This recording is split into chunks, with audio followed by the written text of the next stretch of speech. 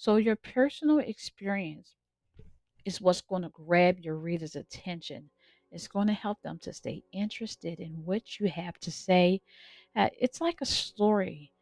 It's going to hook them and make them want to keep reading. Now, when you write, you can do this by imagining that you're talking directly to your reader. So you want to create a bond between you and them in the beginning, as soon as they start reading. So your goal as a devotional writer is to lead them closer to God.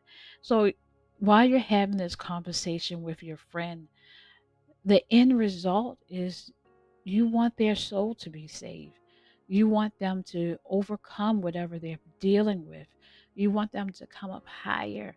Now, I did a video yesterday where it talked about deepening your prayer and how you had to develop a love for people in order to go grow deeper in prayer. And that's how you grow as a devotional writer as well. Uh, One of the things I say is we write like our readers' lives depend on it, because it does. When you have a love for souls, you want people to do the right thing. So your personal story is really going to make a difference. Because as children, we learn how to see ourselves in the story. So while you're telling your story, people are looking for that connection. So you're going to keep your personal story brief but distinct. You don't want it to be like everyone else's story, but we're not embellishing. We want our devotions to have at least 300 words, because we want to give them something to read. So if you're aiming for a shorter devotion, between 250 and 300 words should be where you're aiming. Okay, so again, this must be a true story. You can't change what happened for a more dramatic effect, or to make up things that did not actually occur. Everything has to be factual. So, oh, and now, it has to be your own personal experience. Now, hear me out. I'm not saying you can't use Bible stories, but let me go with this first. So, we won't write about stories that we heard from someone else, or that we weren't there to witness. So, if you write about someone else's experience, the reader, uh, they might feel disconnected from you as a writer. So the exception, that's why I say hear me out, to this is when using personal experiences from people in the Bible. Since we are already, and a lot of us are already familiar with them, they can relate to their stories. So it's different. So you've heard the story of David and Goliath so many times. When you hear about David and Goliath, and and and you've heard it related to your life so many times, we already feel like we can relate to the story in so many different ways, and not just David and Goliath.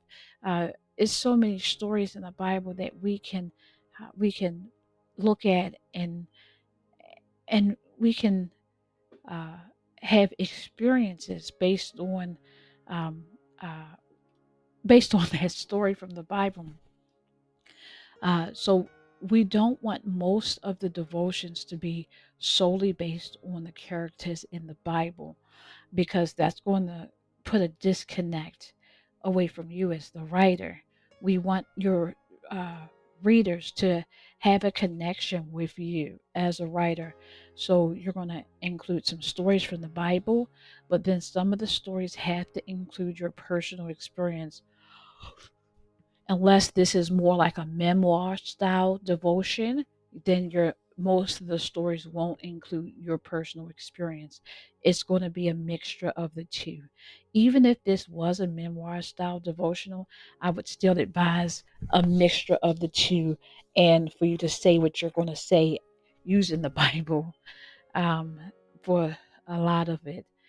So you need to write down, well, excuse me, write from your point of view and include yourself throughout the devotion. That way, you maintain that connection with the reader. Oh, it can be something ordinary that happens in everyday life. So you don't need something big or life changing to get your reader's attention. Uh, can you imagine how it would be if every day your reader came to your devotion and it was something daring and just extremely dramatic? That would be overwhelming to deal with every day. So some of the devotions might just be, hey, I was outside and it was raining. I was having a really bad day and I saw a rainbow in a puddle. And even though it was a rainbow in the puddle, I had hope. I felt hope just looking at that rainbow because I remembered the promise that God gave, and I remember that God keeps his promises. He always keeps his promises. So that can be a devotional. And I do have a practice activity for you. So if you pause this video, you can do the activity and hopefully uh, you'll like this.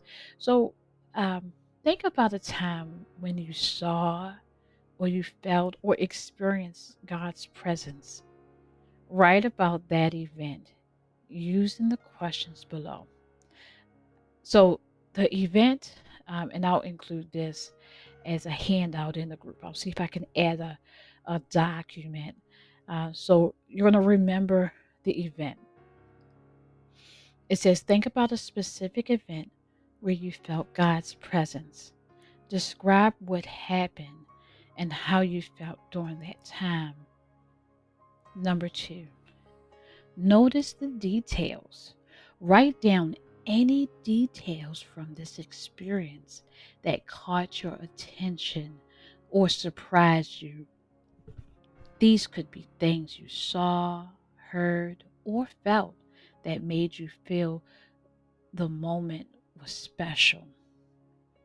And the third, similar experiences. Reflect on other experiences you've had that remind you of this event. Have you heard other people describe anything similar to their encounter with God? What makes your experience unique and different from others? By answering these questions, you can practice writing about a personal experience where you felt God's presence. So you're going to remember the event, you're going to notice the details, and you're going to bring that out for your reader. And then you're going to reflect on the experience and what made this unique. And that's one way to bring out the personal event. I told you to pause this, but I'm deciding to keep this as one video because it's almost 9 minutes. So this is going to be the video for the personal event, and I'll change the topic uh, to say that as well. Okay, so you have time to write out some experiences as you're going through your devotionals. You're going to make sure you have a personal event, whether from yourself or from the Bible. Each one should have that personal event inside of it. I've gotten a chance to read some of your devotionals, and I have to say, y'all are really good writers, and I like the way you're getting your thoughts across. Uh, so I want you to be encouraged because you're on the way. You're on your way. And even though some of them may need a little work, it's not too hard. You can still make it. You can still make it through this. So um, I'm proud of all of you. Uh, I'm still available for anyone who wants to get your outline done.